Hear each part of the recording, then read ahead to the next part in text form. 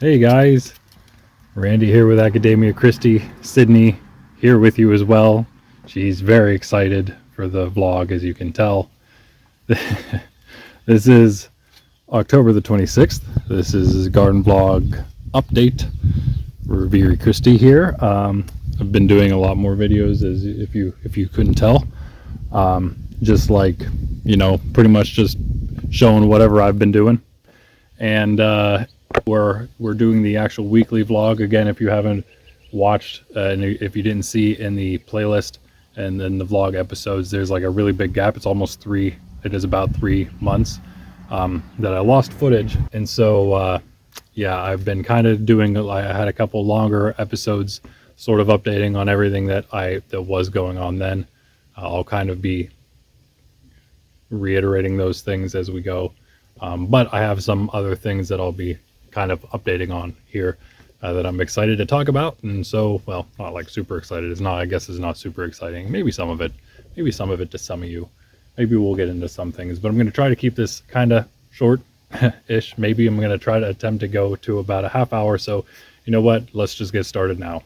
So yeah, if you're just sticking to the garden vlog updates here, then you will not have known, but I'll tell you that we had some very cold days. So I had some stuff actually set up in here on the porch. Had to actually utilize the row cover. We'll check out what happened with that in a moment. Some stuff even in the garage. This is the only thing now on the porch though, because we actually have like a week of semi-decent weather again.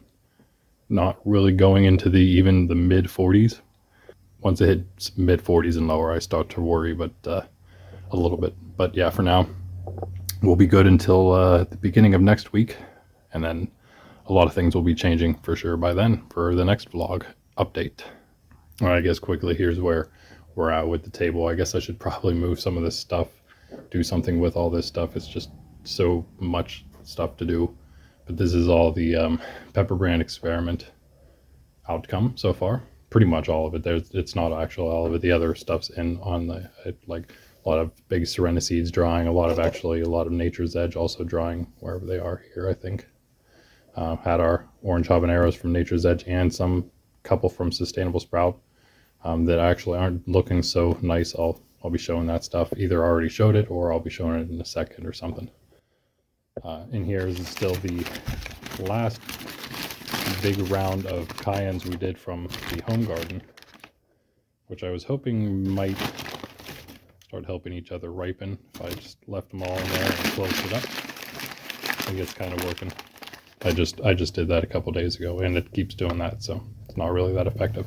Should put the jalapenos back in. These were also back from the home garden, so not positive what brand they are from, but something tells me that they came from Sustainable Sprout since they're so massive and none of the other ones are as big as this. And then an assortment. I haven't eaten these yet, but I am going to do a bonus pepper brand tasting because there's some here I haven't tried yet. These are all actually all the hot wax, Hungarian hot wax here, yellow ones. This is the first one we've actually had ripening, and in fact this one is the one from our hydroponics pepper that we started a while back, so it's finally done. It probably needs eaten too soon, so that's going to actually be in the, I'll be doing that one, be doing the poblano here, which unfortunately broke off of our hydroponics, which is doing pretty well. Again, we'll see. Got our first pepperoncini here. Just wanted to pick one off because things were going to get into 32, 33 degree nights. So I just wanted to grab one just in case everything failed that night. Got a cherry bomb that was ripening there. I'm probably not going to use that for the thing. These are actually a bunch of other small cherry bombs that I just figured I'd pick the day after or the day before the freeze. I think the day before. Same with these. This is same as this, I should say, with the Greek pepperoncini. I picked one of my ahi limons in just see how long that is to my index finger. Just remember this. Remember that. Basically the length of my index finger, even though it's a bit curved. So also bear that in mind. And then lastly, this pekin, same as these. I just wanted to pick it just so I would have one, and it was probably the furthest along. So yeah, a few, maybe 5. I'm gonna do 1, 2, 3, 4, 5. Yeah, no need to really do the cherry bombs. So I'll probably do 5, do the hot banana pepper over again here. bunch of tomatoes I've picked recently. Probably can go one more time. Oh yeah, and I guess 6 because I'll also be doing is a nice cherry bomb ripening again. They ripen pretty well. Got some other Gen 2 cayenne. These are from the potted Gen 2 cayenne. 2 Aleppos that are still holding up nice. They hold up really well while they're ripening, so it seems so far. But once they're ripe, gotta pretty much use them so they don't start molding. That's what I've seen. The fish will dry properly. These are all fish holding up really nice. Came from one plant. They've all, except for 2, I think, maybe a third one coming soon. I don't think I picked a third one yet from the smaller of the potted fish. There's only 3 fish, all potted. One's not going to do anything, very small. One's in a small, bit of a bigger pot, but still kind of small. It already wasn't doing too well. And then there's a third one that's in the 5-gallon grow bag, and it's producing everything pretty much. It's doing really, really well. And finally, all these Jimmy Nardellos in the back here. And that'll be another one for the pepper brand experiment, or the, I should say, that'll be another one for the next pepper eating, because I haven't had one of those yet either. All these I've had: the fish, the Aleppo, the cherry bomb, and the cayenne. I did all those on a previous video already. Hey, check out my peanuts that are just hanging out here. All those peanuts I grow. I don't know what's up with that mold, but anywho, that's it. Oh yeah, and a couple California Wonder Bells that I picked a little too early. Doesn't look like they were starting to ripen because they're just chilling at green there. And an older tomato. Also, well, I guess it is ripening. It's just taking a really long time. I guess it's not really a bad thing. Looks like an Amish paste. There's a few big tomatoes also in here. Several Romas as well. They're all at the bottom though, mostly. Anyway. Yeah, hi Sydney. I'm sorry. I'm back. All right, back out here now. Let's just go very quickly over this stuff. Grab my coffee. Check out a little bit more of a pepper harvest here. One of our last banana peppers there. Another Jimmy Nardello that's actually ripening for sure. Another pepperoncini I picked because I thought at first maybe it was going to start ripening if it hadn't already, just barely, but it has some spots on it, so I may just try to salvage the top-ish piece there. Eat that with the other one for the tasting, and then one more cherry bomb, which I picked because it started getting like soft on that one side, so whatever. There's another cherry bomb that might be pickable, but anyway, we'll look at those in a sec. Here's all the stuff that's just chilling here still. I guess the perennial stuff that's in these small pots will be okay. I mean, it'll die off and then maybe just come back if we keep it warm enough. My concern is that they're in these little pots that will freeze a lot faster. Freeze hard a lot faster, and I don't know how hard of a freeze these guys can take, especially the lavender there. This was one of the peanuts. There's all the peanuts chilling in the back. I picked them. As you saw, I got 4 peanuts maybe out of it. I seeded this with some of that white clover that I've had in a big bag for a while. I just wanted to see if it was too late in the year for it to work, and it looks like it may have been, or I just did it wrong and it's just not going to happen. I don't even know. I don't see anything happening though, and I think it's been long enough that we should at least see something happening. Anywho, I don't want to spend too much time on this. I really hope the lemongrass works out. Sydney's going to follow us. You know, she's going to go hang out in all my leaves. I got to rake those leaves up so they don't go to waste and get like trampled into the grass. Rake them up, put them in something. I have to create something still to hold them for my leaf mulch and leaf mold. Sydney loves to roll in them, so she's smushing them up all the time. Parsley, going crazy. I'm going to trim all the parsley back again today, hopefully. Got my chard that's just kind of a chard over here, so I just kind of let it do its thing. I haven't done anything with it. And up here are tomatoes, the potted ones, that is. You know, you'd think they'd be dead. We had a frost. It was probably the lightest frost you could have, but it was a frost nonetheless. And these are uncovered potted tomatoes. So I mean, as you can see, they're not looking good at all. They're done. But there are some over here, particularly, still producing, still like green, still well, last time I was out here at least they still had like green leaves. This cherry was one of them, this large red cherry, and this Brandywine red, and this bodacious beefsteak next to it. Brandywine, bodacious. And they're still producing again, so that's cool. So my plan is, the Roma was still producing too, but I picked everything from it. It's done now except that one. I thought maybe I had another, but just that one. I have the room, so I'm actually gonna probably try to overwinter this cherry. This Brandywine red here. It's got one that I should pick. I don't know if it's still usable. It's got that. It already was like that last time I saw it, unfortunately. Probably should have just picked it then. I'm very tempted to try the Roma as well, because it did so well. Even though it doesn't look good now, it actually produced really well. So it just tuckered itself out. It's all done now.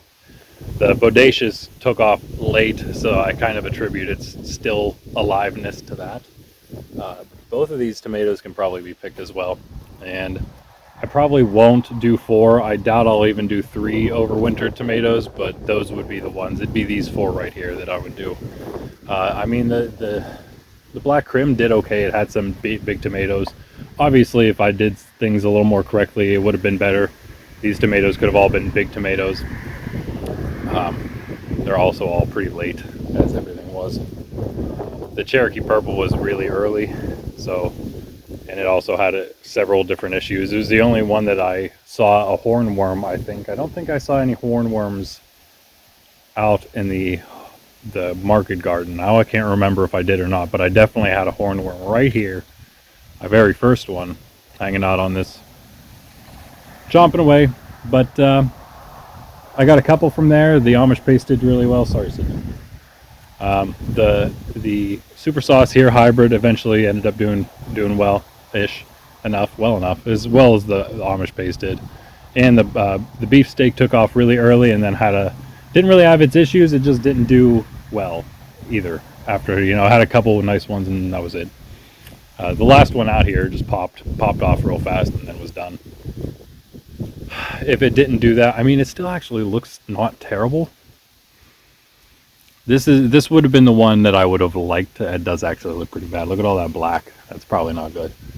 This would have been one that I would have liked to keep if I was going to keep a third. It would have been this if I had a choice of any of these. These are all also from Burpee. All the seeds, that is. Yeah, I'm a seed planter, I guess. I'm a seed gardener. Hey, check out my cayenne hanging in the window there. Yeah, I've mentioned in past videos, people don't usually grow by seed, especially when they start gardening probably, but I didn't know that, so here we are. Some people do because of the exact reason I did. They just don't know any better and they just grab some seeds and get at it. But here our strawberries we'll probably be bringing in. Some we didn't do by seed, those were from a nursery. Those will be coming in though. We'll get to this and the other potted stuff that's still inside the fence in a bit. I'm gonna check out everything else first. Melons are obviously done. That freeze did them all in. I checked that out. I think that might have been, well, it was in one of the videos. Either way, yeah, here they are. I mean, they're actually still green because again, it was the very lightest frost you could probably have. I don't even know if we actually hit 32. It might have just been 33, but I know that my car was a little, just a tad frosty in the morning. Didn't take long to to warm up though. Marigold's still actually seeming to survive there. But yeah, like these watermelon, they're still kind of green. They're not going to obviously do anything. And at this point, I'd rather them not, because it's just going to use up nutrients that don't need used up right now. Check out the peppers. Last, as always, what would be my pride and joy if they were actually good. Tomatoes actually turned out much better than they did, I would say. Here, the old cucumber patch, which is just weeds now. And I was gonna plant some of that clover seed here, sow some of that clover seed here, but there's no reason to, because I think it's too late.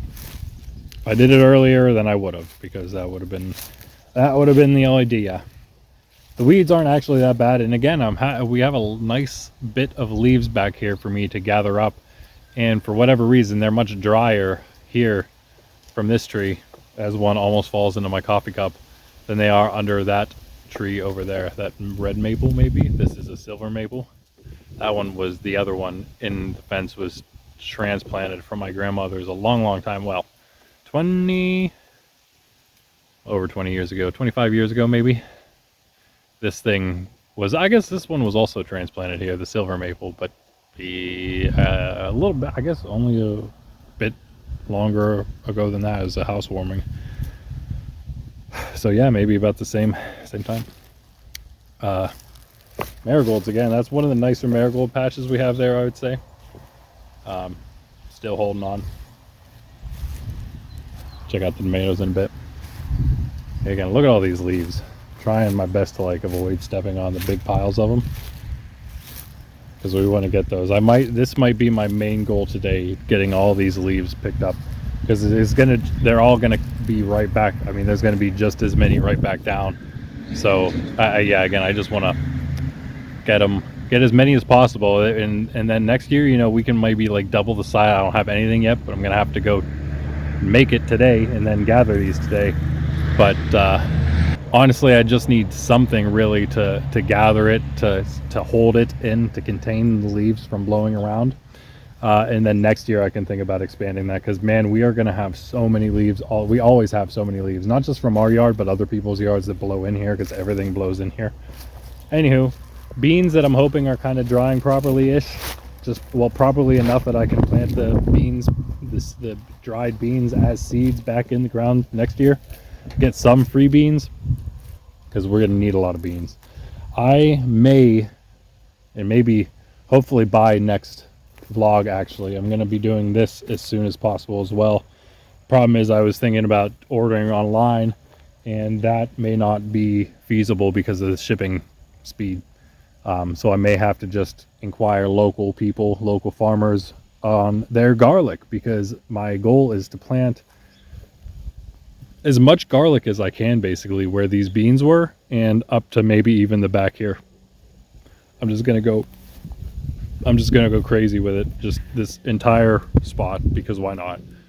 Just make it all garlic. The lettuce, though, the basil, completely dead. Again, I made a note to myself that I need to pull any basil that's in the ground like this, that's annual. Well, it's all basically going to be annual. So all the stuff that I'm going to put in the ground ever will probably just be the sweet basil. If it's any kind of special, like the red or the Thai or any other, because we're going to have more in the future, I will have them always in pots, because I'll be trying to perennialize those. Whatever I have, maybe I'll even have like a big pot sometime of some of them.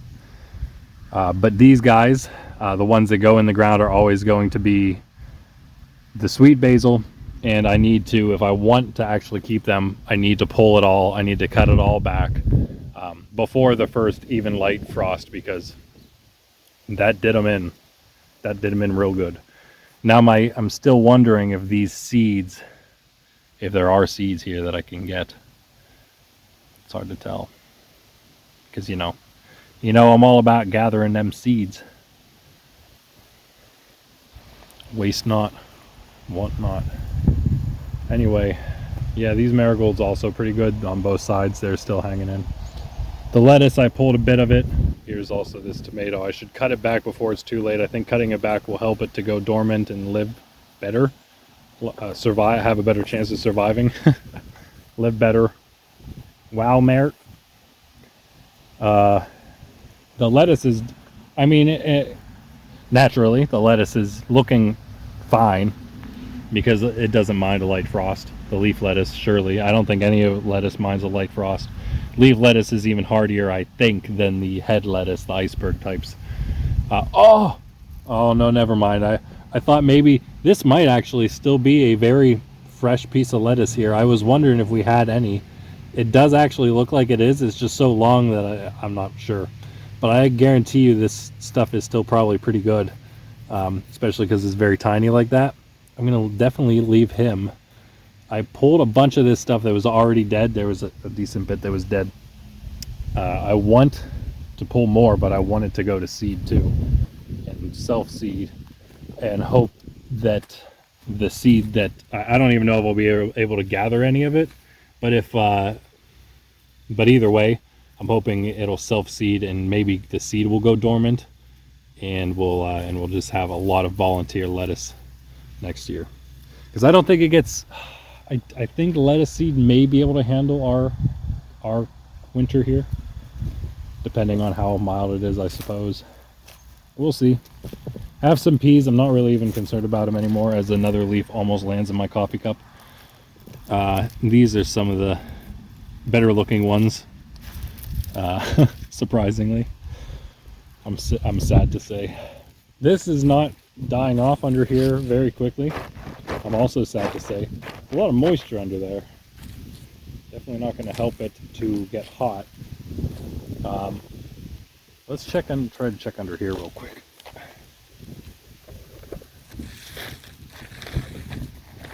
Now this has been here a bit longer, I think. Maybe not. Maybe it's been about the same.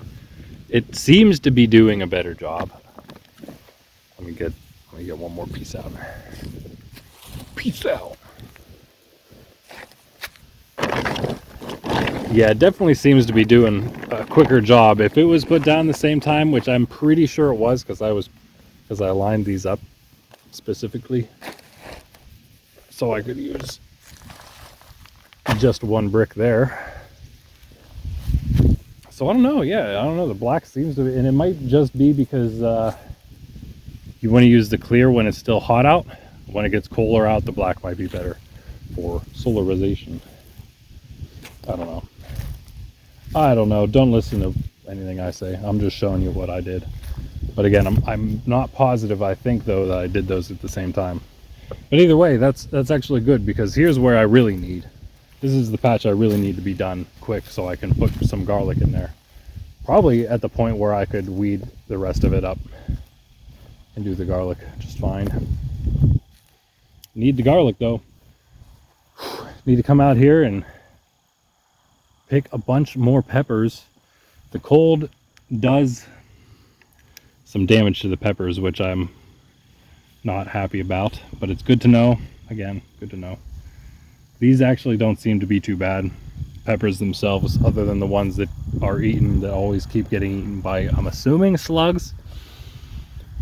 Those jerks always eating my stuff.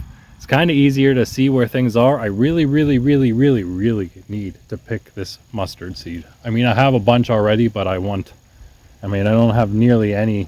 I've barely made a dent in what I have, even though I have a bunch. So I need to maybe just do a faster method, because I'm going to have so much when I pick all this. I just need to figure out what that faster method is, how to do it. I just need something to be able to like run the sheaves through the whole stalk, and just run it through something that'll pull all of those little pods off. I don't know, they could probably just stay in the pods, right? Do they have to come out of the seed pods? I don't know. They'll probably dry just fine in there. Anyway, yeah, these lavenders still chilling. Even better than the peppers, which I guess is to be expected. They can't exactly tolerate harder frosts or anything like that, but they are, of course, not peppers. Peppers are some of the most delicate of plants when it comes to the cold, as is basil. There's my other basil, which was further, not as far along, I should say, as the other. Here, unfortunately, my Gen 2 jalapenos from Nature's Edge that never made it. I should have just put one of these in a pot. Silly me. I don't know why I didn't do that. I didn't think that I didn't think they wouldn't make it, to be honest, even though I knew how late I was putting stuff in the ground. Just goes to show you. It's another lesson learned. Got some self-seeded mustard here. I think that's the old-fashioned, and then here and everywhere else it may be, you have the green wave. It's actually kind of nice if it just ends up a big patch of green wave here, a big patch of old-fashioned here. That'd be pretty cool. I'd be happy with that. 3 California Wonder bell peppers that aren't going to make it. I could pick that. That's probably still an edible pepper, but you know what? What's the point, you know? It's actually a decent size, isn't it? I mean, it's not. Well, there it goes. Maybe I'll come back for it if I remember, maybe not. Zucchini, of course, is done. Should have been done a while ago. It was a champ, though. And our celery, which is, oh, we have some more green wave hanging out back here, green wave mustard. But the celery is still doing fantastic. It doesn't mind the cold either. A bit of frost doesn't hurt it. See, one of those stalks in there is chewed on halfway, almost broken off. I should maybe just pick it at some point. I don't know. It'll probably keep going, I assume. It's not even bolting. I don't think any of it's bolting, I should say. I didn't really check on that. I don't see anything even close to looking like it's bolting, so I would say it's not even done. Not even done. Even though I guess I probably didn't get this in time either. I thought I might have. Anywho, that is the home garden, and yeah, so I guess just one of the updates for future home garden, near future home garden, is just that, yeah, we're gonna do, hopefully, I was hoping to get 3 varieties of garlic, and maybe just do 3 rows, one of each, that spans this entire thing. We might not even need to use where we had the beans. We might just be fine using this. Honestly, we might not be able to get enough, and we might be fine just using this mossy patch here. Which might not be the best area. Mossy might mean water, a lot of water, and I don't think you want that with alliums. But, well, I say all of that, we could also probably fit 3 rows just where our beans and peas were, if we clean it up a little bit, and that's actually probably the better spot to use anyway, because it is more prepared. I'll also show, for those of you that aren't catching the other updates, we have here a bit of work going on. If you haven't noticed, there's maybe since last time I think I did a little bit of weed whacking in here. You can actually walk around a bit, right? And also, since it's fall and getting even toward sort of, I guess, like mid-fall right now, it's fall, so stuff's dying back. As you can see, all the weeds, you can see through really nicely now. Well, not really nicely, but much better. Not big and lush, especially after our first frost again. But yeah, all this dead grass we had here. I guess I didn't do a whole lot right here, but here I started. This is where I still need to work on. I took out this big limb. Remember, this is the cucumber patch. It ends right here, and it used to pretty much be overgrown, and it also had that big branch that was sticking out. I thought it was a different bush of this sort, but it was actually just a branch of it. But that's how I've cut back all this, so that well, I was able to open up that tree pretty much. Which actually it does look like 2, maybe, no, maybe it's just a big split right at the base. Got all this is a bunch of the weeds. I gotta pretty much just swipe all that backward. This tree unfortunately has to come out. I'm gonna leave, that big tree is gonna stay. I think all those small trees are coming out. And that small red tree is coming out. Both those small red ones, all those smaller ones I should say. The big one's gonna stay. Those are, that big one and this big poplar are kind of like the border, I guess, of where I'm trying to go. I'm gonna try to cut out this triangle here, which I've kind of already started doing. That tree is now my next big project, as well as these small trees, which are much easier to take care of. As you can see, I've done much more over here, or next to the tomato patch now. And again, you can see I've cut back. I've weed whacked all the high weeds here that I had. So you can, most people, unless you're, kind of elderly, can hang out, can walk back here, no problem. And again, even cut into the weeds some more. I think I already showed these trees were cut down. There was a tree right here, so that just goes to show you where the weeds were in comparison to these tomatoes here, which I also kind of moved in. The long ones. Here's the Napa grape there that was in the corner, which there's where the patch of tomatoes actually starts. They've run the whole way out here by themselves because the Napa grape went crazy, and the weeds were right up against the weeds. I had a lot of trouble, of course, just in the last episode walking around. So yeah, that was a tree. Took all that out, can access all of that now. Now it's to the point where I'm weed whacking all this stuff just back further and further.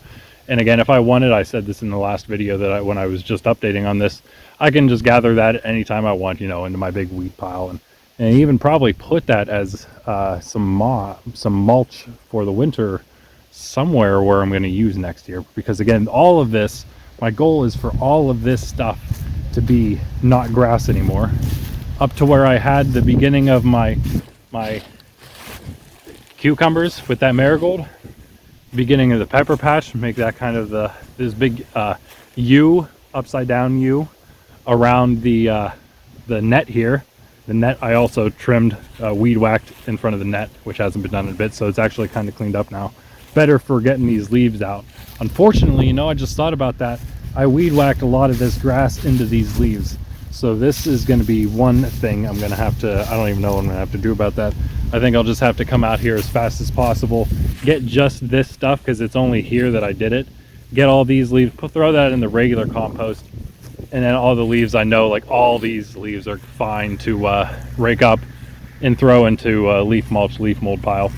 Anyway, yeah, so try to like just find a spot. It's probably going to be here because I want to make sure all this, I want to really extend this cucumber patch out next year, and also have this whole home garden patch, not really the home garden patch extend, but extend a garden off of there. And another big thing I'm trying to do at some point, any point really I can get it and it's nice enough to do it, even if it's early or late winter and it's kind of getting nice out, and get a ton of wood chips and use it as like a mulch weed killer path for everywhere. So I'm gonna need a bunch, and I'm hoping I can get some just dropped for free from people who don't want to pay to drop it somewhere else. That's my hope. We'll see if it can actually happen here or not. But that's going to be big future changes, and that's another reason I need to I'd rather clean it up now in the fall, hear all these weeds, and also I heard that it's actually a good time to clean stuff up right now when the weeds are trying to go dormant for the year, the perennial weeds, which basically all this stuff is, unless it's self-seeding, which then I'm not really helping I mean, it's going to self-seed itself anyway. But this will help at least with the perennial stuff for weeding next year. Hopefully we'll just be able to manage it from the beginning of the year and cut it back with everything else. Anywho, yeah, cut out a nice chunk here. When I said I wanted a triangle, I meant a triangle that started here where this line is basically straight coming from the peppers here into here, and make it, and where it would have normally curved, take that curve directly that direction to where our other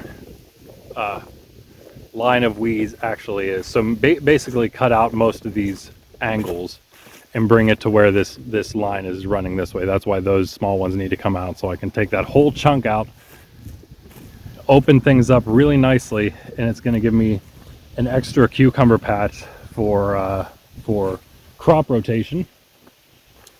If I need to make more patches for tomato and pepper for that, if I need to make them here, if it's going to be here, they might just end up being both right back here. Boom, boom. And I'll just open up all this stuff. I don't really want to do that right now because it's a lot of work. But it may end up, I don't think that'll end up being the case, but it might.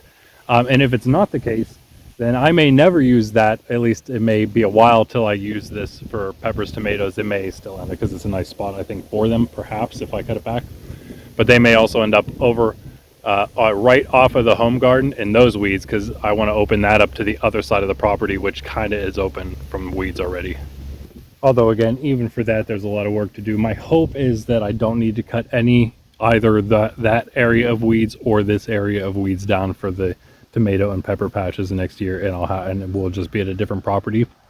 As much as that's kind of unfortunate, it's kind of an interesting adventure at the same time, in my opinion, and for many different reasons. Anywho, yeah, cut out a bunch of this stuff. As you can see, I cut back a lot of these bigger trees, even just so I can access this a little easier. Again, I was butted up right against the weeds pretty much with all this. That tree was taken out. Here's a bunch of the brush. This brush is, sorry about the wind, I'm going to move direction here, but that brush pile is actually going to move to the other one I showed you that's on the other way over there, right behind like the bags and the tarp and stuff.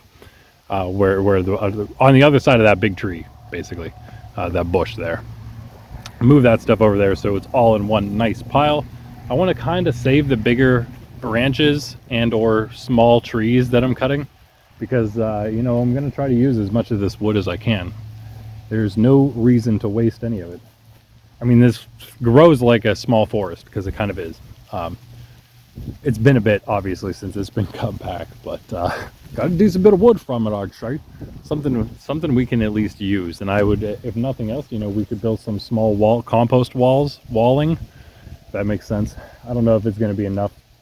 I mean, people just have piles of compost with no walls, so we could probably make like just a 3-wall, you know, compost pile barrier, basically. It doesn't, not even like a box or anything.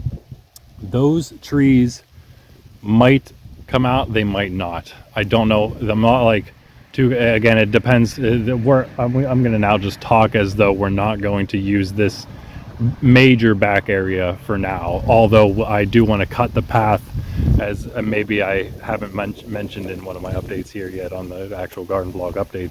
I want to try to get with those with that path of wood chips, make this a much nicer path here, coming straight down this side of the net here, straight into here. This tree, well, will probably come out, but it honestly wouldn't need to, because the path would kind of meander right past it and right down there into where this opening is. And we would make that right between those pines a nice little hangout, nice little spot to chill, a couple benches, some chairs, table, things like, you know, just whatever, for some beautiful sunrises that will be coming up there. Watch the pond, watch all the geese that hang out all year long there. I mean, there's just so many things. It's just such a beautiful view. Again, the sunrise is directly right there. Sunset, of course, we'd have to have a different setup if we want to have some nice sunsets. Although, with nice sunsets, all you really need to do, which would be another idea if I had the go-ahead and the wood chips to do it, to basically surround this silver maple to an extent, not too close because you don't want to mulch right up to the trunk, but mulch where you would, and then make it actually just like a big mulch pad, a big wood chip pad. Put a couple chairs there too, enough that you can just hang out if people want to have like a little golfing bout here in the net. But you could easily turn those chairs around and catch a really nice sunset during the summertime, early spring into I guess early autumn would be right about there. Really nice, as you may know from past garden blogs, where sun's setting right on all this stuff. Gets almost full sun all throughout the day. Anywho, I know I'm as long-winded as always, but there's just so much exciting stuff, in my opinion, to talk about. Just turn me on 1.5 or 2 times speed and let it go. I know then it's probably unbearably slurred. But yeah, here a little more. One of my big goals, a little more that I was cutting back and whatnot. One of my bigger goals was to discover what was going on with our semi-compost piles here, including kind of this one, which is mostly just a pile of dirt. So that's kind of nice, I guess. It seems that we have like one-ish, but not really, because it's just kind of a bunch of dead grass. The bigger pile of dead grass, which is all dead grass, but you could call that a semi-compost pile at this point. Started at least. And this is the one we are actually working on, which I was calling the crap post because I was kind of using it as the experiment pile. This was supposed to be the real compost pile here for the good stuff. This was going to be for stuff that I wasn't positive if I should put in a compost pile, and then if it all worked out, then it'd be like, hey, now we have 2. If it didn't work out, then at least, it was quarantined. But this ended up being the true compost pile. And so here we are with that. I could have sworn, and I came out here yesterday and was checking this out, I saw tomatoes on this compost pile. Wait a second, is that a giant? Where'd that giant tomato branch come from? Huh. Maybe I did accidentally whack that off, and I guess I brought it back here. I don't see where the tomatoes are now, but there, I swear there were like a bundle of Napa grapes. Maybe they all got eaten by him. Yeah? Did you eat those Napa grapes? I was gonna show the people. Whatever, that's fine. Do what you want. Yeah, I know, you do it, you do anyway. You do what you want anyway, and you don't need my permission. You animal. Anywho. Yeah, so I think my goal is to... I might use some of that dirt, just throw it on some of these piles if I think I need it. But I think I'm going to try to make... well, this grass is already a compost pile. I might throw half that grass onto this pile, cover it all up. You hear them over there? My blue jay buddies? There's two of them. They don't sound like they're happy with me right now. They must like my compost for some reason. Maybe because I don't ever cover up all the juicy morsels, scraps we throw on top. It actually looks like it was dug through, or probably just blown over. Don't worry guys, I have more for you. Anyway, I'm gonna throw like a bunch of the grass on top of this compost pile so that it hasn't hampered down real nice. And then get all these weeds, and probably more that's right here that I have yet to cut, onto a pile that's right about here. Get all this other dead grass to kind of clean all this up, clean all this dead grass up into this pile and that pile. Put more of this dead grass on top of those weeds then, and I'll have one pile here, one pile right about there, and then I'll have a little opening here, maybe a little bit of dead grass still there, and we will chuck compost into there whenever we feel like we need to turn it. And that'll be our 3 compost pile system. I think that'll be enough. I think that will be enough. And we'll see how that goes. I mean, that's all we can do. Other than that, we'll also have our leaf mulch / mold. I don't know where exactly I'm going to put the little container. Back here wouldn't be the worst if I could find a nice spot. Because honestly, I'm getting blown by the wind right now through this area. That's why it'd be really nice if we could get some nice hardy orchard of apples. Maybe even some other stone fruit if we are getting adventurous. Apples, I do still really want to do nice grapevines, like almost intermixed with the apple orchard. That is still the goal. So both of those, just nice windbreak, especially once the vines grow in. That'll be a really nice windbreaker for what we're getting right now. Yeah, lastly back here, more weeds that are cut down. But I opened this area back up, which would be, I guess, the other hangout. Although, yeah, I mean, the wind is mostly blocked here. It's a lot less open, but we could easily just cut. I hate to cut down this beautiful birch here, but kind of don't have a choice. Honestly, we might just be able to leave it. Cut down this little tree. Cut down those weeds that are just right in front, because we don't own a whole. We might own like the very first row of weeds here. That's about it. With the stuff that is just overgrown and looks like it's never been cut. And then probably, I don't know, I maybe just open up these lower branches of these weeds. We don't have to go too crazy with it because it's dead anyway. These pines, I mean, they're dead up to like the top third. So we'll just swipe off maybe these bottom branches like we did mostly with this guy. We only did as much as we needed, but just open it up enough that it's open and you can see through it. Again, just enough room, especially if we clean up this, clean up our canes here, our pointy canes, that bush, this small tree here on the other side. That big tree can stay. Actually leaves a nice chunk of room here, so we'll probably do that soon. That bush might even stay right here. I talked about maybe getting rid of this big bush. Sorry, I've been zoomed in for so long, but that's actually a nice windbreaker, I think. So yeah, anyway, that's kind of the right now project. Just cutting back all the weeds here. Kind of waiting for a couple other things. Again, waiting for, actually, we're going to decide what pots. We're going to look through those in a bit. Decide what pots we're going to be overwintering soon. A quick look in our windy field of what's going on. I'm not really going to even look at this apple tree again. it just makes me a little sad. Wow, wait a second. Should I take this apple with me? I'm taking this apple with me. It looks like it's trying to tell me that it wants me to try it. It's just sitting right there. That means there might be a couple more that are getting there. That actually looks really, other than the bugs being all over it, it actually looks really appetizing inside. Nice and white, crispy looking. That is very interesting.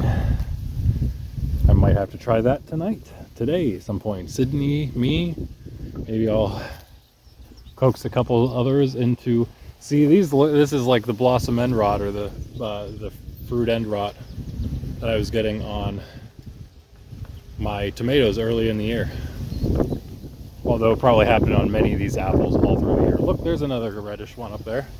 That one's probably maybe it'll fall off soon. Might as well wait for the good ones to just fall off so we don't have to actually go getting them until that happens. All right, the strawberries here, I always forget to come out and get them. The kids never do. Maybe they're here again, as they always are when I do this. Maybe today they'll actually... Apparently they have in the past. They just don't do it often enough. Maybe they'll do it today. Help me out a little bit. There's quite a few. Look at all those Toscanas. We have runners all over the place for these. Oh my goodness, this is one of the biggest strawberries I think we've had so far. Oh, it's gorgeous. Oh my goodness, that is nice. That is what I want. That's not really what I want to see. I mean, it's not that it's that bad. I just don't really want to see it because it's a bit unappetizing. I don't want to touch it to get it off. Nice, thank you. All right. I'm going to take one of these for myself. This small one here. Maybe. I think a better way to do this, maybe like grab it like this and pop it. There we go. That was good. I knew it was good before I even tasted it. So good.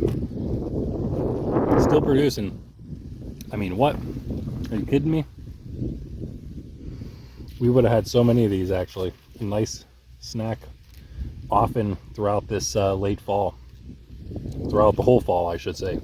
We would have had nice snacks of strawberries throughout the whole fall if we would have actually come out here and gotten these. One of the big things we need to do, maintenance-wise, is fix this gate so that we can actually use it to come out easily to the strawberry patch here. And also, just you know, we had plans to do something that used to be a deck area there, where inside of where all the pots are, raised deck. Have plans for what we can do there, but it would be another thing that would draw, you know, again, open up that door. We usually never use that door there, so be able to use that door, people would be actually more tempted to come out here, and then also use that gate once it's fixed to come see the strawberries, which next year will be a larger patch. We'll basically just be extending it in every direction. It looks like it's probably a Halloween decoration of ours. Yeah, spooky ghost guy with a skeleton head. Yeah. Hello, sir. It looks like you've blown off. Come with me. I haven't actually come out to look at these grapes in a bit. They were ravaged this year by Japanese beetles, but I don't know, maybe they're gonna survive. I don't know. You can see they still have some leaves on them that they started getting back once the beetles were done with them, or whatever happened to the beetles. I don't even know. They just, you know, disappear eventually, get eaten or die off, whatever. This one too. Neither of them are looking good. Never mind the structure, you know. Never should have. I don't know why we got one that had this kind of. That was not smart. That was me, of course, that picked that one. Hey, this tree, I mean, I don't know, maybe it just doesn't look as bad to me because I remember what it used to look like, but it doesn't actually look as bent. And wait a second. It's still growing. That looks like new growth. A white, soft, almost like it's fuzzy. The light green leaves. So yeah. But yeah, it doesn't look great. I don't know if maybe there's a varietal reason that maybe it's already lost all its leaves here, as Ghost Man points out to you. But compare that to this one, which, oh my goodness, look at all those dead miracle heads. You kind of just grab all of those before they blow away. That's awesome. Definitely two of the best marigolds we've had all over throughout the whole yard. But yeah, you see how many leaves are still left on this, our Macintosh. The other one was our Honeycrisp, I think. But yeah, tons. And actually, look at all those little buds. This might still be growing pretty well all over. It was growing all through the year. It only had one apple on it right about down there. And so it wasn't, maybe for that reason, wasn't weighed down. You can see, I don't think the wind's affecting it a whole lot. I really got to get something on these to make sure they don't blow over, honestly. Should have done it a while ago. Been saying that in a lot of videos that you missed because of the issue. But yeah, that's it for over here in the future orchard. Strawberries looking great. It's pretty much, this is pretty much going to be the orchard border, front of it, if you will, from at least from this, if you're coming from the fence, front of the orchard, and then it'll pretty much be, want to try to get somehow apples closer to those grapes if we can. We might be able to even put an apple between those grapes, and it would also then be between those other apples. Maybe we'll be able to do that, offset them, and we'll just do that the entire way down that direction. We might fit a couple more up this way toward the sand mound. You don't want to get too close to the sand mound though, of course, and then we can of course fit many other rows toward the neighbors over there, our goodly neighbors. So yeah, that is the orchard goals for here, at least. Actually, now there's a potential other orchard that will come into play. Maybe talk about that when things are a little more official, so we can actually, you know, officially plan. I've really just dabbled with some ideas because I don't even know, you know, don't want to count your eggs before they hatch, right? So it's been dabbling, but yeah, we could, if that happens, that just expands how many different fruits we could do. I had to take a bit of a pause. Kids came outside, and this is right after I was talking about the strawberries, so they actually picked most of them, I think, and they'll be back tomorrow for the rest. So here are our pepper patch. We're going to move to the tomatoes first. Actually, while I was waiting to start recording again, I did a bit more over in the back here.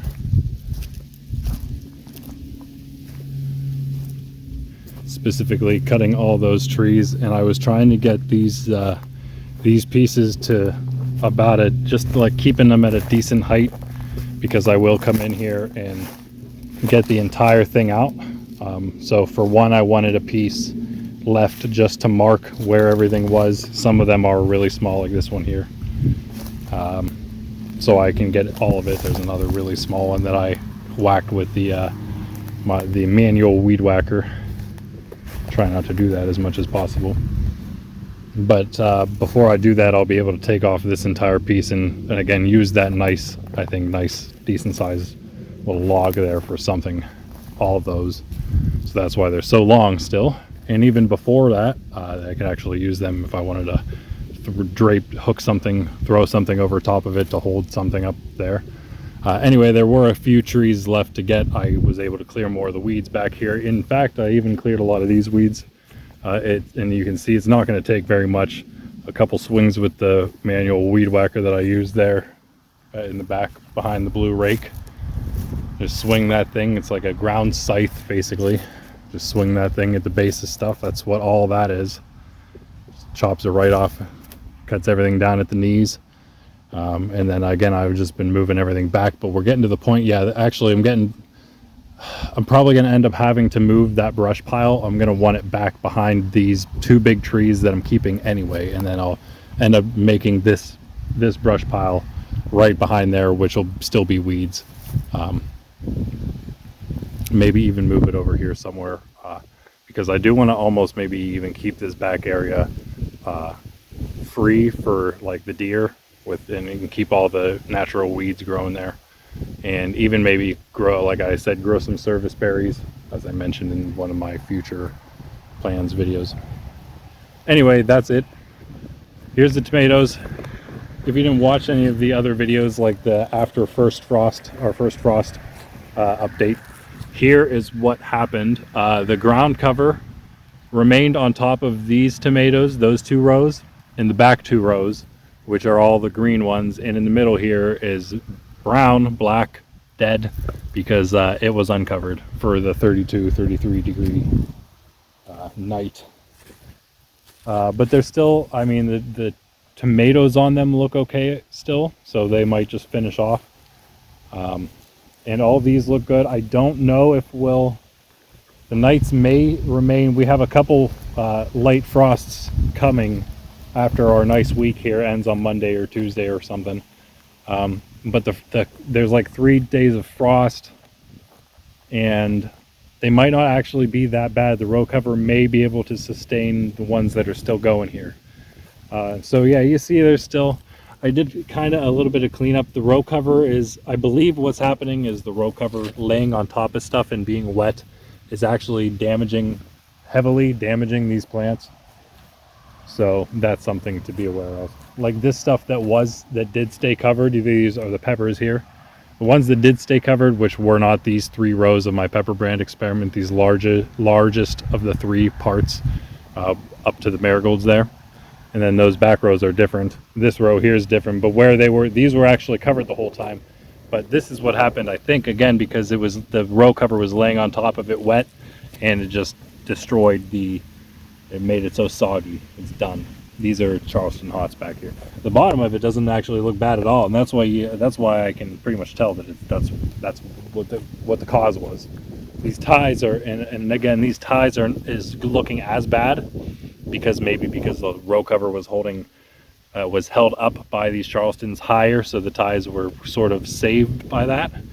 But even they suffered some damage. I'm wondering if it's worth just trimming off all these damaged pieces. It probably is, and letting the plant focus on the better looking parts, and namely the fruits.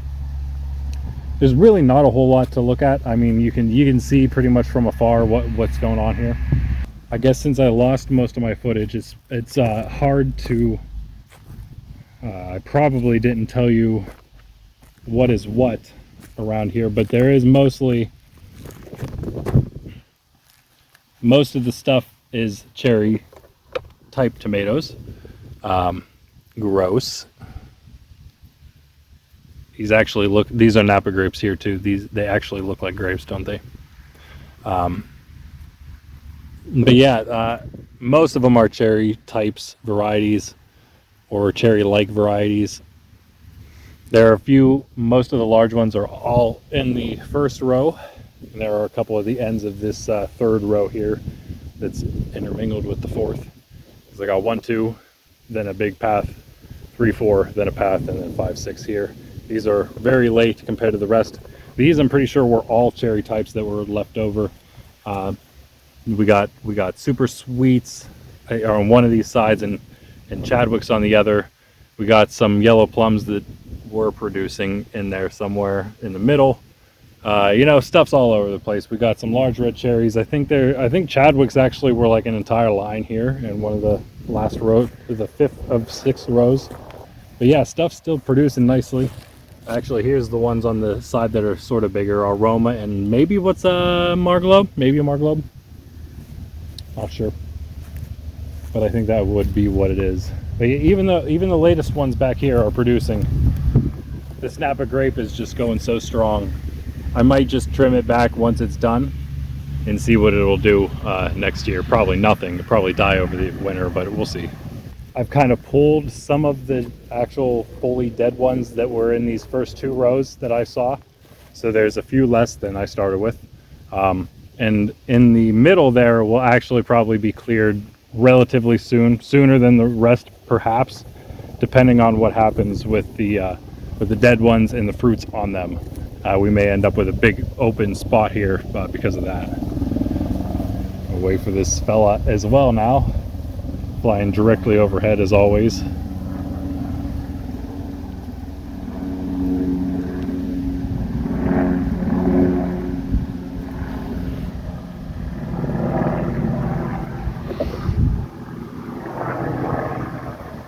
kind of helicopter is that, anyone know?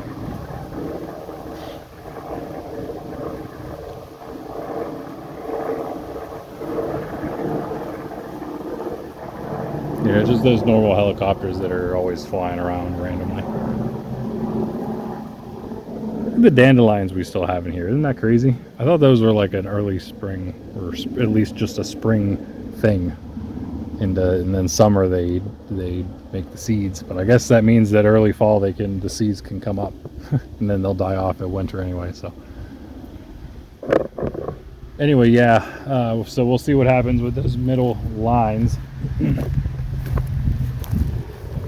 And also then these back ones are going to start slow, as they are already. They'll slowly, one by one, they'll be getting out, going, and I'll be pulling them out.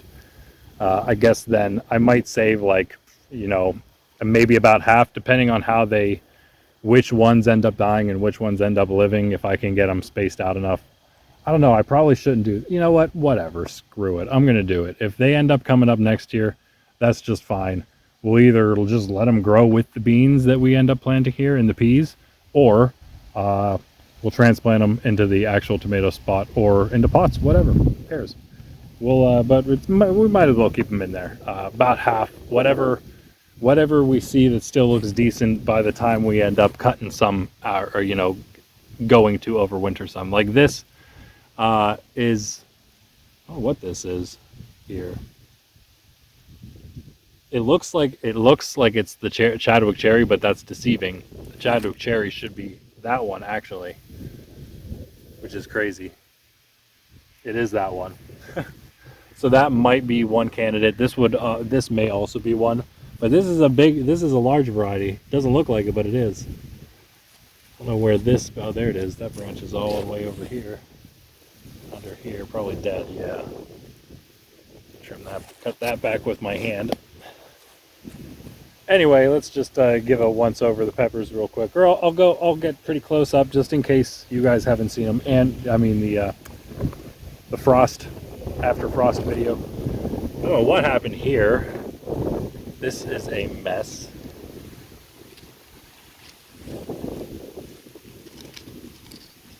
I don't know what that's about.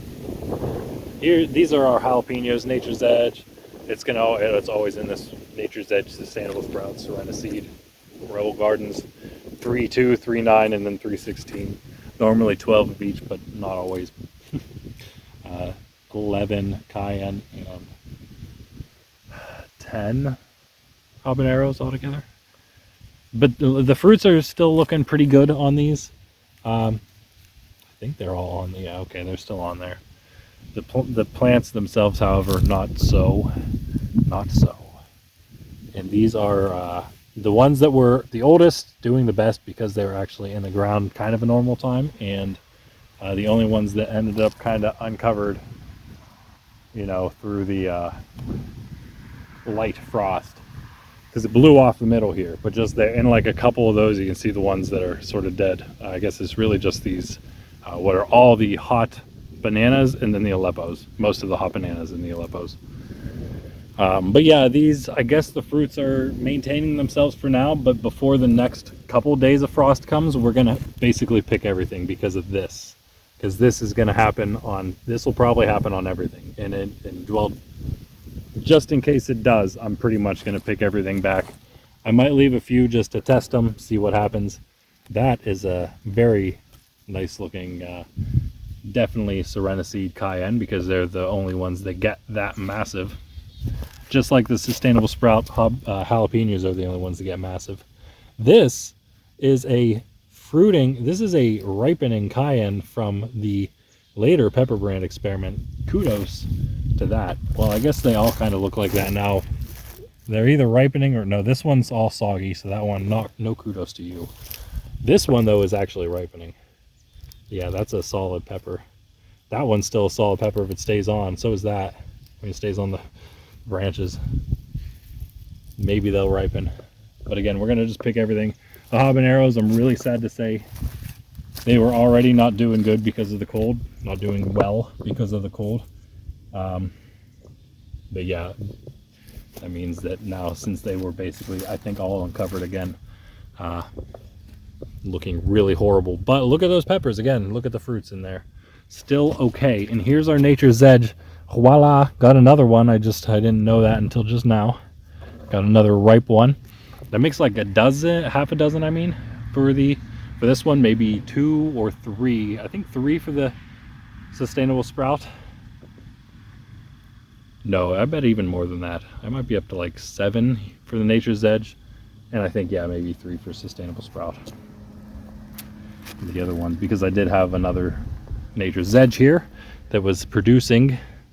Try to get that one to finish on its gross branch there. Maybe it will, maybe. Don't worry guys, I'm not selling these to anybody. I'm eating them myself. Oh, here's the other Nature's Edge. So Nature's Edge has really been strong in the habanero category here. Good to see, good to see. Those will probably hopefully ripen as well.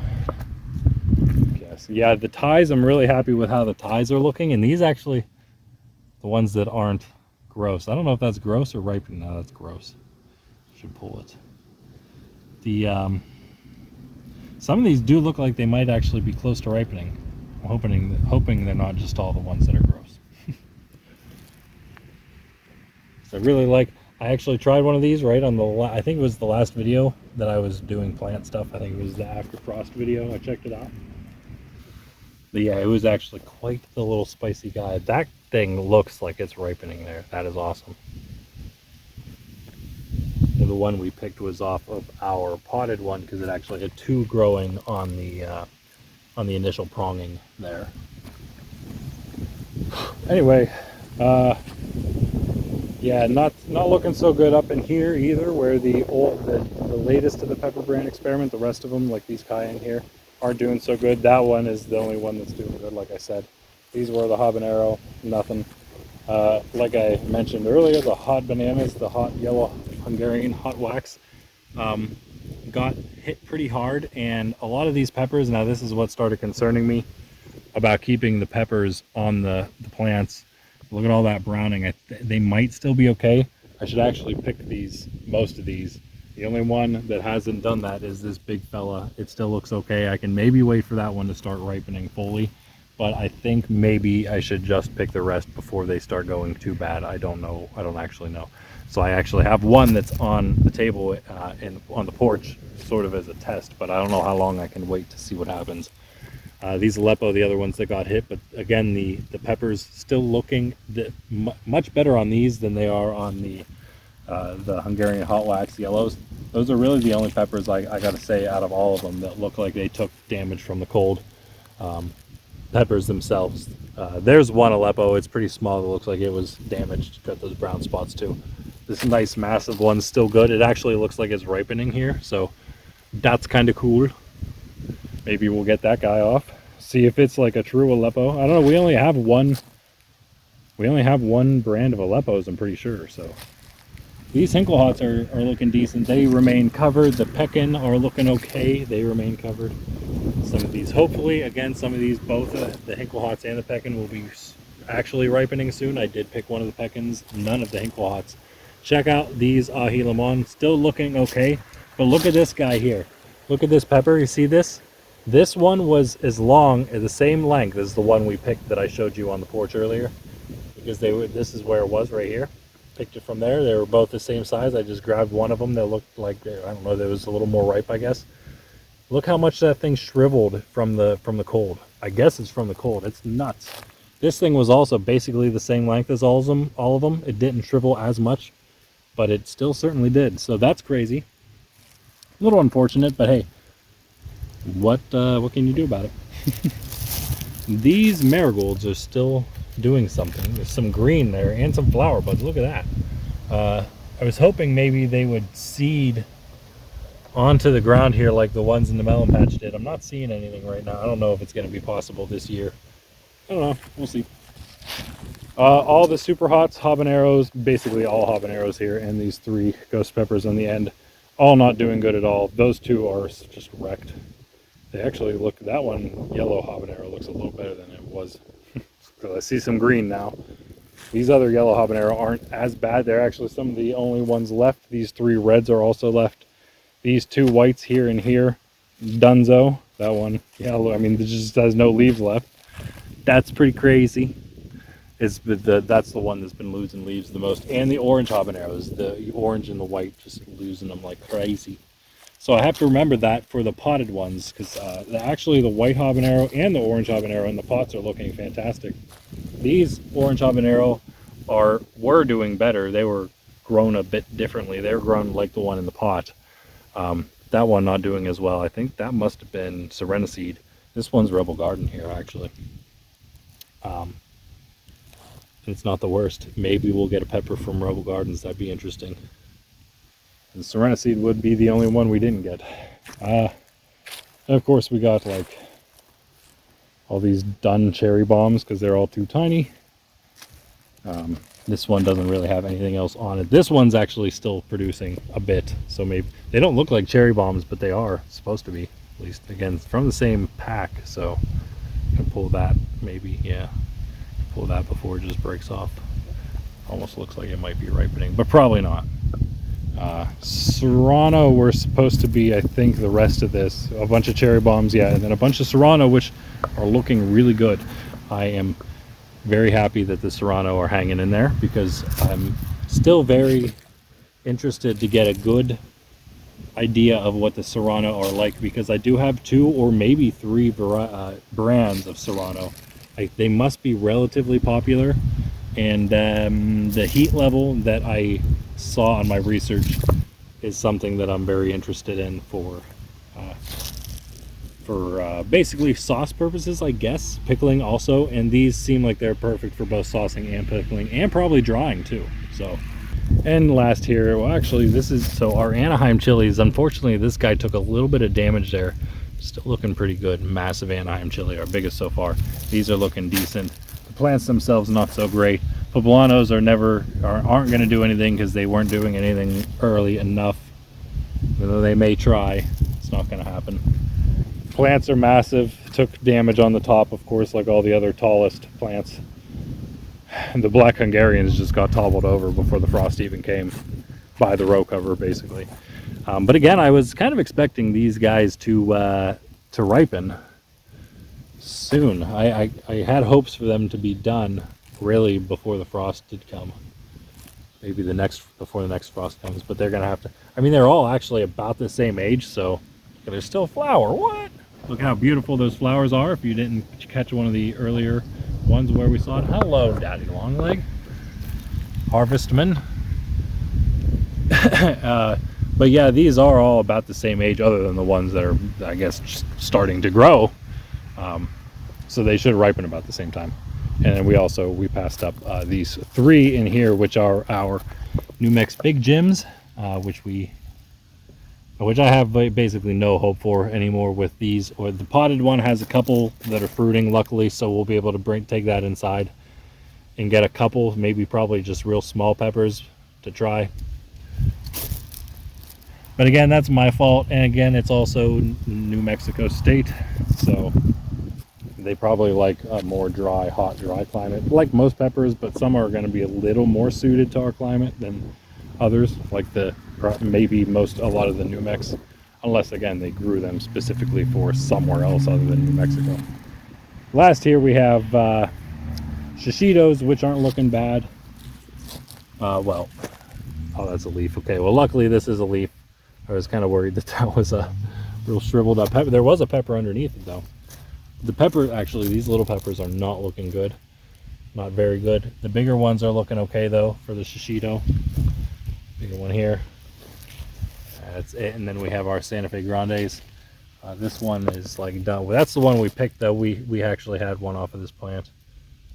Well, really took a hit though. This one's not so bad. Has a couple in there. Hard to tell. I don't think that guy's fruiting just yet. I mean, ripening. Or that one. And here last. Some nice sized ones there. Also, I don't think ripening. It's really starting to weigh the pepper down a bit there. Like most of our peppers. And finally here, our last 3 are some Cubanelles. We have not tried yet, but these are some nice looking ones. The one in the pot isn't looking as nice as these, but I wanted, honestly, I could like pick this guy maybe. I was hoping that one of these would, I was actually hoping today one of these would look a little more ripe, but they're really not. Maybe I should pick this guy because he's got spots all over him. I'm going to do that. I don't know if I'll end up eating him or not, but if I don't end up eating him, then it's better than he's off anyway, because yeah, the other stuff can have a better chance, like that one that I should also take off. This one's less bad, but it actually looks a little yellow here. A good yellow, not a bad yellow. Anyway, that is it. That is it. Done for the season. We'll be doing what we can cleanup wise. You know, once we actually have a frost that the ground cover can't sustain them through, which I don't know, it might not be very long for that. Anyway, yeah, let's move on. All right, this video is a day later, but I should have shown yesterday that we have some we have some growth, I should say, in our bag here where we started our white clover. You can see it's actually come up really nicely now. It started yesterday, which is why I should have shown it, which is why I'm showing it now. But yeah, all over the place started coming up. We just were a little impatient, I guess. We might actually be able to get this still seeded in the cucumber patch, maybe. Kind of ran out of time before this next coming frost, but we'll see what happens in the forecast here coming up, and maybe we'll still be able to get that in the ground in the previous cucumber patch. All right, it's a new day here, basically same weather going on. Sydney doing the same thing, the exact same thing. Just have to check out these pots here and check out the ahi alley and accompanying herbs. Check out the herbs up here first. Basically all the herbs are right here, other than some of the bigger basil pots. I have our two nice parsleys here, the other two nice soloed parsleys. These are the ones that were actually solo potted to just begin with. The other one, of course, the one we saw just down there, had other herbs in that long, low planter. And we got our lavender up here, our sage, looking beautiful because it's in such a large vessel, I would say. That's probably the reason. Wild strawberries, need to take those out. I'm actually cleaning up the small pots and seed starting units right now, so I might dump some of the stuff I know is getting dumped, annual flowers, things like that, and maybe might wash out those bigger pots as well. Nice lavender here, our only solo potted one, well, until we did that recent bagged one that's out there. And we got our two marjoram here, the smaller hydroponically started one. It's actually not doing too bad. It's really slowed down on the flowering for whatever reason. And then the top of this hydroponically started one, which is doing so much better. Has a lot of dead stuff happening over here. Not sure what that's all about, but it also doesn't have too many flowers now. It actually bloomed at one point, and then I topped it all. So, deadheaded all the flowers. So that's so it really stuck through, and it was on the porch like all the other potted stuff. Potted herbs, at least, still smells really nice, and it held up through the tiny bit of cold nicely. And now we're getting hit with some wind. Check out these things in a second. Over here, our spearmint, looking as it always does. May or may not take that in. Probably will try, just because why not? Might as well. It may die if it, well, I don't know. It might die in the pot over winter here. I know that you can have it in the ground and it'll come up every year here. Check out these peppers momentarily as well. All these are peppers except our basils over here. This sweet basil, regular sweet basil, not looking good at all. I don't think anything is gonna, pretty sure I should just pick the rest of these. And I don't think that I'm gonna get any seeds from that. So yeah, this is pretty much done, this nursery one, but that was my fault. It's probably I should probably figure out the best, or I should say the last time that I can, like the latest I can cut these back, top these, because that's what caused this, is me topping it to one more last time too late, and it just wasn't able to pick back up and actually flower the last final time. I really wasn't even thinking about that. Just kind of came through and topped it every time I thought it needed it. Basically did the same here with this red basil, but luckily it has a couple shoots that are still, that weren't topped, like this one I think, and this one, maybe a couple over here. In here there's a few right here, over here. Here's this flower here. There's a little flower started there. So there's maybe about half here that weren't topped too late. So they're actually, I think they're just still growing. And again, this is, I think we're going to be able to bring this whole thing in. And this, you know, we'll probably just end up trying to perennialize it anyway. We'll cut it back like we're going to overwinter it, see what happens. Same with this one, but we'll probably let it go indoors as long as we can, trying to get some actual flowers and seeds from it. I should say final batch of flowers and some actual seeds. I do have some drying flower stalks on the porch, but I just don't know if there's any seeds in there. And finally, our little Thai basils here. Going to try to do the same with these as we are with the red basils. Of course, the problem with these is they're even smaller and further behind. But again, there are a couple flowers. One on there, two on here. Maybe might get one on this guy, one here, and two here. So at least one flower on each of these 4 plants. That's what's in there, 4 of them.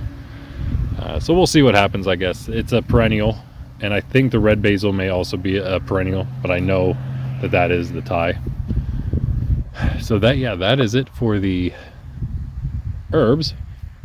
So let us move on, shall we? Oh, here I guess is the final herb container. We got our final parsley, which is not a solo potted parsley, but we have 4 total. Probably the smallest, but again, it's sharing. This dill is actually not dead yet. I'm surprised it still has dillness to it. Honestly, I could probably chop a decent bit of this back, because again, I saw somebody chop, like they were chopping up dill to store it, preserve it, and they just chopped all of it. They had like stalks, these stems and all. Not once you get to like this maybe and you don't want it, but these green stems, they chopped all of that. So there's a lot more dill than I thought, which does make sense, because really the stems don't look much different than the leaves. And our last 2 basils here, actually, well, this one's pretty shot, and I am just going to assume that is, I assume it's the large leaf Italian, but it could actually be, no, you know what, I think it actually is the Genovese, which was doing better the whole time, which is why it looks larger. The large leaf Italian now actually looking better and has several flowers on the top here, and they're going to continue to, there's actually more than last time I looked, so it's going to keep doing its thing, and I'm going to let it do that now that it's at this point. I'll probably just yeah, I have the space, so I'll probably just end up overwintering it, just to see if we can keep that parsley like the others. And if it ends up just being the parsley in there, then, well, we have one more container of one more big parsley container. Although next year, if that would happen, we'll probably end up putting something on the other sides, probably some dill. Maybe some dill and some basil. Anyway, that is the actual end of our herbal journey, herbal adventure. Now to the peppers. We'll let's go to the top over here first. I think what I'm gonna do with these 2 December peppers, see if I can keep them producing through the winter, and just as long as I'm gonna see how long basically they will last until they just die without being overwintered. I think maybe they will just end up overwintering. I don't think, maybe I just won't be able to stop the process from happening, But I'm going to see if I can with these two, because they're from December. They're almost a year old. They've been almost growing for a year, even though they had their moments where they like didn't do anything and they weren't growing at all really. But they were still green, you know, for the most part the whole time. This guy, I don't even know what I'm going to do with this thing. Should probably just throw this out. I think it's done. I don't think it's going to do anything. Probably shouldn't even hit that with fertilizer. I'm just gonna dump that probably. The poblano in the back is the latest of all the peppers. It wasn't like planted later. Obviously, it was planted at the same time as the rest of my last batch of poblanos, but it came up late, and it's a little stunted now. It could have certainly come out of that pot. It can at any time. See, it has a little flower on it already. You keep that indoors. I guess maybe we won't keep any other poblanos. Maybe we'll just do this one. Yeah, but the ones in the other pots are actually looking pretty decent. But I don't know, because again, I have the room. I may just have to overwinter both of them and use that one during the winter, perhaps. I have even more poblanos then. Got two, or the last two here are our fish. This was the Ring of Fire 316 Ring of Fire Cayenne. We did have two of those come off. I never ended up trying them though. They're drying still. I think they're still okay. We had more than that, but two are the ones that ended up remaining like not diseased looking. It didn't do great. Sorry again for the wind. The fish peppers, that's from 3-2 back there. Doesn't look good. I should really just top that sucker right where it's dead, right below where it's dead there. See what would happen with these little guys. This would be another one that I could keep with the poblano to see if it'll go over winter. Oh, like produce over the winter along with these guys, even though I'm like really wearing them. Honestly, it wouldn't be wearing them out. It's not like peppers can't last longer than, I don't know. Well, actually, I guess they usually don't go an entire year of producing. Never mind.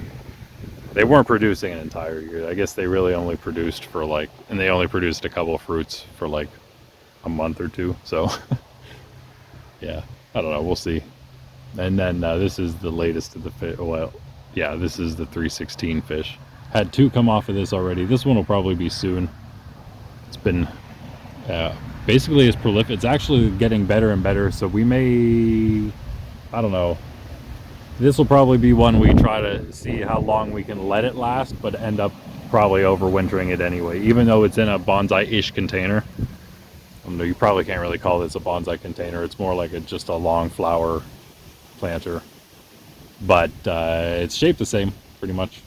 Maybe a little deeper, but it works for peppers. So for bonsai peppers, bonsai chilies, bonchis. Still thinking about probably planting, I guess, maybe something by seed on this other side, just because it's easier. It'll be easier to get it in there. Won't have to transplant it through the roots of this pepper, wherever they are. I'm sure they're working their way over to the other side, but it'd be good for just soil health to have something, soil medium, or growing medium health to have something over there and not have any water getting logged over on that side. Right, so over here we'll wait on our little mini bags there. Got our again, I keep saying this, but now, so everything is going to be saved in some sort.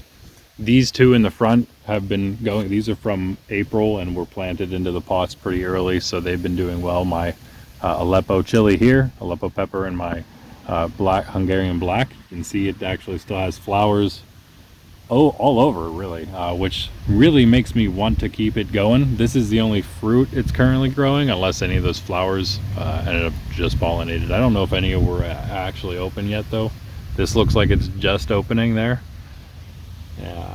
There were some of the Hungarian blacks in the back, though, that were had some open flowers, if you remember that. There's an open flower back there, and they're usually just pollinated immediately. Probably got pollinators floating around here somewhere. They get around.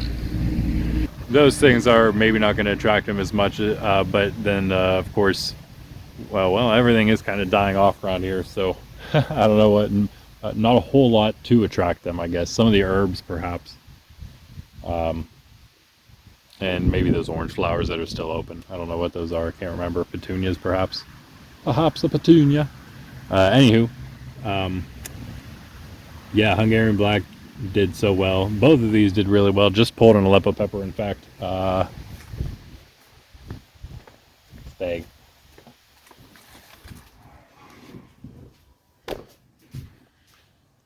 Here is a bit of a harvest from our potted peppers. Got our one of our cherry bombs. I think there's still one that's probably getting close to ripening. That one's maybe just started ripening. You can see some woody stemness happening.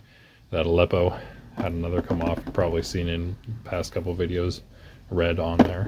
Had several fish and had a couple. These are from the bag, Gen 2 cayennes. And this one that's turned a different way and smaller is from the bigger bag of Gen 1 hydroponic cayennes. So yeah, not bad. Fish going crazy. This was all from the 3.9 fish, which we will see in a moment.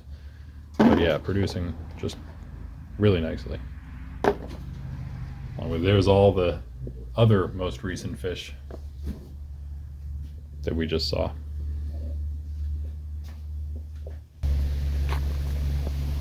Now behind those are the two, the California Wonder and the Banana Pepper solo pots, are two popular sweet varieties, of course, which will be brought in to finish their current harvest. Although again, I did just hit them everything with fertilizer, so we'll see what happens. We'll see what happens. If I can take them in and then bring them back out once the, whenever the threat of stuff has passed, let them keep kind of having a bit of an outside life while they can, maybe through half of November or whatever. Maybe we'll get a few more come off, but for now, yeah, waiting on these 3.5.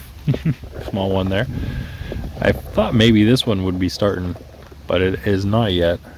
Same with this one, actually. It could just be a smaller one, so it may even be done soon. Even that one might, I don't know. I haven't been paying that much attention. And the Banana Pepper, of course. Also waiting on these last two that I thought would be ripening soon. That one's very, very close, I think. Maybe a couple days for both of them. It might even be the same for those. But yeah, those are the best of them. So they'll definitely be taken in for overwintering and treated with they will be high priority, to say that, I guess. It's looking a little healthier than it has in the past. It's really been looking like it's ready to just be done and die because it's a little too cold, losing a lot of leaves, more than some of the other ones. Not more than the habaneros, but yeah, it's all right. It's looking okay, I think. Just gonna monitor it, make sure we do bring it in and put it in warm enough areas. Maybe we'll even probably end up taking that in the garage for the next freeze days. Anyway, then skip all these for now. There's our hydroponic ghost pepper. We can skip that till we do the other ghost peppers. We will go check out these pots out here. I do mean today to, after I finish doing this and then cleaning all the pots up, I will be creating something for the leaf mulch and leaf mold. I'll be raking all those leaves up. I'll be raking all those leaves up, and I might even rake up some of these leaves along the weeds there, and there's a bunch in the front on the other side of the truck there. Might rake all those up too. And anyway, yeah, so, and then after that, I will hope to have enough light to get all the mustard out pretty quickly. I'm gonna try to go relatively quickly. Oh yeah, and I guess if I can do that, then maybe even grab a bunch of those cayenne that I keep forgetting to go get that need harvested again. But yeah, the mustard will all hopefully be out today, and then I can worry about threshing it once the sun goes down.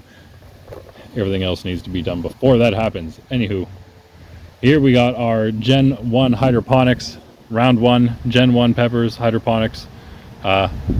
Cayenne's done. They're all done now. They're still doing stuff. If I wanted to let them keep doing stuff, I will be trying to overwinter these. These will be one of the ones of very low priority, my double jalapeno here. Again, it's still, even it is still growing. but again, even it was fertilized, so that may be why. The cayenne's probably going to receive the same priority just because, but I would be a tad more concerned about it, but not really too concerned about either. Maybe a tad more concerned about it, but not really concerned about either of those. And then we got our doubled up California Wonder and our doubled up banana peppers. That guy's probably going to be ripe soon enough, and those two will be done. These two are also going to be low priority, but again, I would say these are probably a higher priority of the two.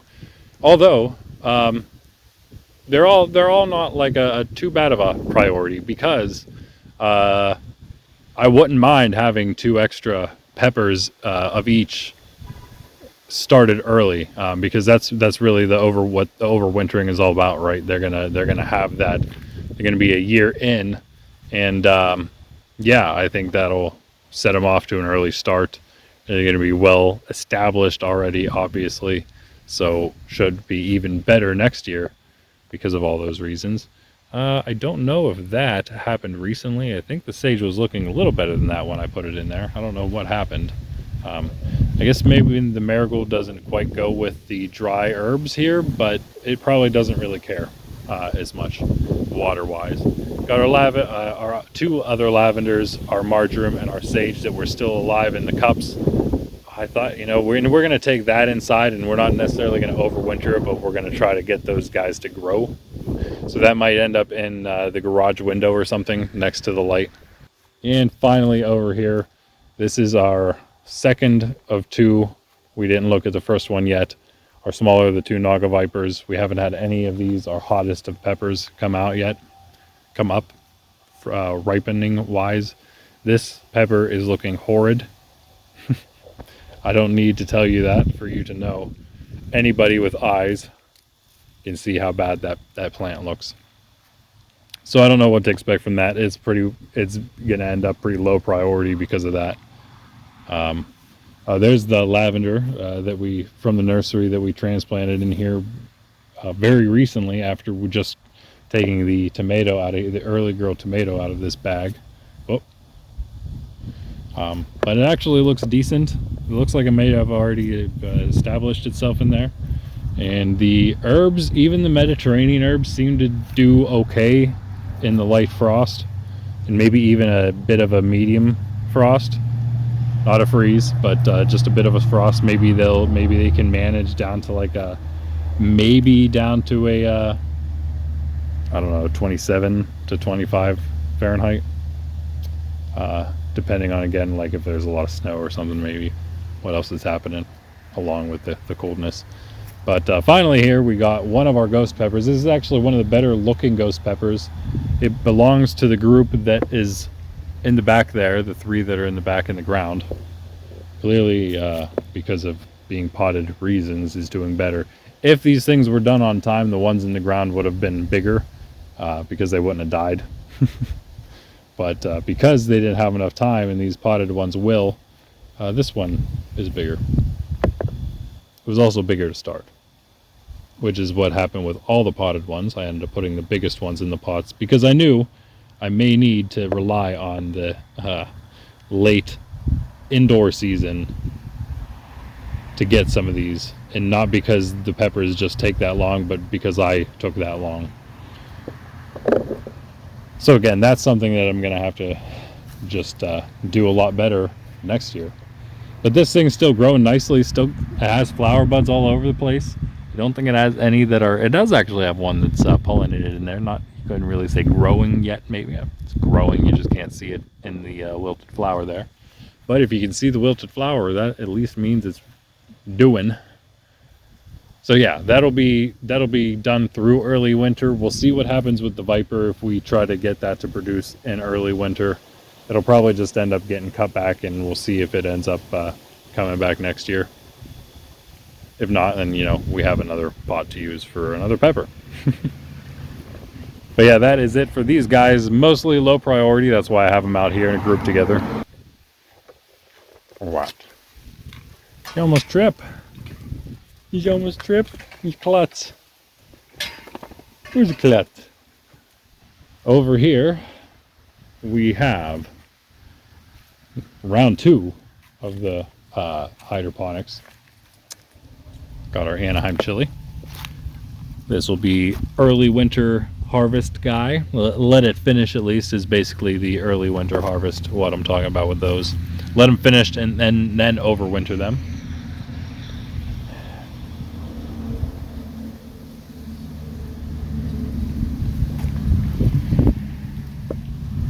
It's coming along pretty well after all its faults. I don't like how long the stem is. I guess you can kind of, usually I see like the Y prong is kept. The Y prong of these guys is way high up there. We'll see what I end up doing. I'm not positive what I'll end up doing with them. This guy, lower priority, our yellow hot wax here, yellow hot banana pepper. Mostly just because its growth was worse. Also has, I don't know, I still see a lot of those earlier in the year. I guess maybe you missed it because I lost all the footage, but the jalapeno right over there in the blue pot had trouble with these little gnats all over, and I'm now seeing it in this one heavily, so I don't really want to bring that in doors, so we'll see if we can maybe do something about that. We were able to pick the one pepper that came off. This is actually ripening fully now on the porch. We're not gonna get anything else, obviously. We could maybe try for an early winter harvest and get one more, but it's not worth it. So that guy's just gonna get cut back probably. These guys will let these 2 poblanos finish. And they're just doing wonderfully. This is the branch that does, oh, there you go. Yeah, just stay like that. The wind will blow back the other direction probably. This is also the plant that had the broken stem, broken branch, I think on this side right over here. Oh, there it is. I think right up there. So, but it does have other peppers on it, and we can eat the one that broke off. Was about the size of this one, real nice one. Probably the second or first or second biggest one. Here's the third biggest on the other plant. Has several that are around that size. 3 more that are about the same. And another that's almost there. Has a bunch, and it doesn't have a broken branch. They'll both just be overwintered. Hoping for both of those to come back next year. Get 2 nice poblanos started off early. You hear the last of the round 1 hydroponics. This is the Gen 1 jalapeno from Nature's Edge. The infamous, not really, but it is my first most successful pepper. And now that I think about it, now I can't actually remember if this one, I think it has to be in the videos because this was early winter, which this or the cayenne actually had the first ripened fruit. I have to say I think it was the cayenne, but either way, this guy had a bunch of jalapenos. This is actually like round 3, harvest 3 of this jalapeno this year. Had early winter, really nice harvest come out. Maybe a mid-summer-ish harvest once I brought it outside. It kind of had started whenever it was on the porch, and then I actually brought it outside proper, and it really started taking off. That's why it's much bigger than those other hydroponics that were in the 2 big bags over there. The other jalapenos and the cayenne. That's why it's like so much bushier, because it was actually outside longer. Those are now, obviously, but they weren't out for a while. They only are like a month now or something. Yeah, probably like 2 by now. But this guy, yeah, he just looks great.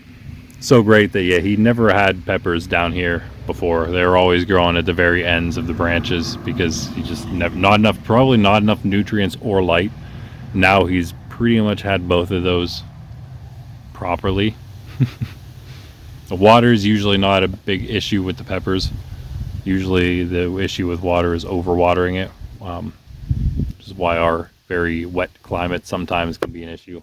Not so much for the potted ones as long as they are irrigated properly, which all these are now. I had some issues early on where I didn't realize that I didn't poke holes in some of them. I knew I should. I knew I needed to. I just didn't realize some of them I didn't. I had forgotten them, apparently. But yeah, this guy One of my favorite peppers. It'll definitely be overwintered, probably early. I mean, we're definitely going to get one more harvest out of this before we cut it back. And then that'll be that. Usually pretty spicy peppers off of this too. So going to compare this to the other Nature's Edge peppers, jalapenos we have growing in the back. The sustainable sprout ones are the only ones we've had so far, and they are mild, quite mild compared to those. I'd say like mid-range jalapeno heat. Those have to be like top range, those guys. This are Gen 2 Cayenne. I guess I could actually pick two more of these, maybe. Two more of these Cayenne that are probably just started. That one definitely started. This one I thought may have started. Maybe it was another one I saw. But I'm going to let them go because there's no reason to rush it. We have a couple more days of niceness. And again, I'll probably be trying to early winter harvest this guy. And then mid to later, probably mid-winter, start the overwintering. Can't wait too long to do that, because you do want them to have enough time to to do their whatever they do when they go dormant. I don't know. Go through the whole phase. Sydney's barking at the ghost that's opening the door. Yeah, but this just had several that we pulled off of here, so felt I could just leave those on. It's done really nicely, just as nice as all the cayenne that are in the back there, growing on the other side of the mustard. And finally here, over on this side, we have two of my favorites, which will be early winter harvest and later winter overwintered. Our nice big fish from 3.9, which all those other fish peppers, all the fish peppers that we just saw came from. Basically, we've only had, the only other fish peppers were from that one right there, and it was only a couple of them so far.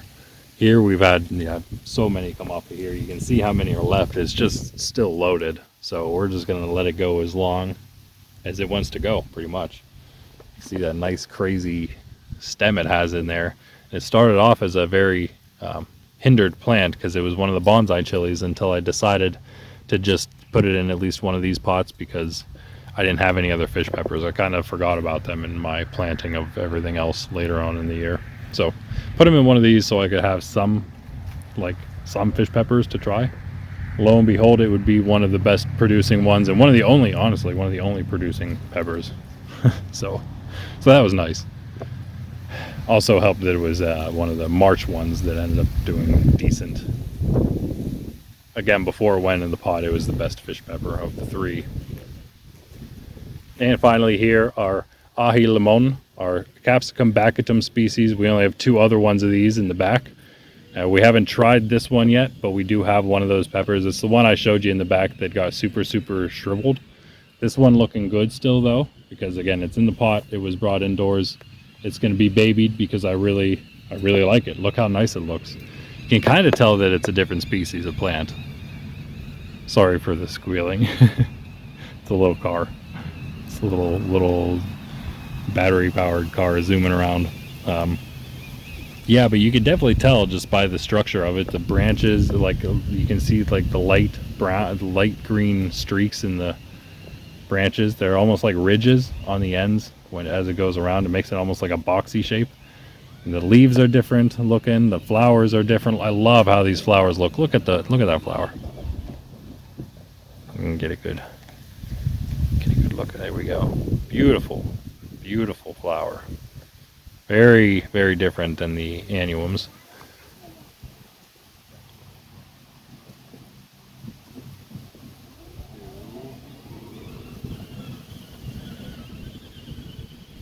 But yeah, it's looking really nice, and I will definitely be overwintering that. Alright, this video is a day later, but I should have shown yesterday that we have some growth, I should say, in our bag here where we started our white clover. You can see it's actually come up really nicely now. It started yesterday, which is why I should have shown it, which is why I'm showing it now. But yeah, all over the place it started coming up. We just were a little impatient, I guess. We might actually be able to get this still seeded in the cucumber patch, maybe. kind of ran out of time before this next coming frost, but we'll see what happens in the forecast here coming up, and maybe we'll still be able to get that in the ground in the previous cucumber patch.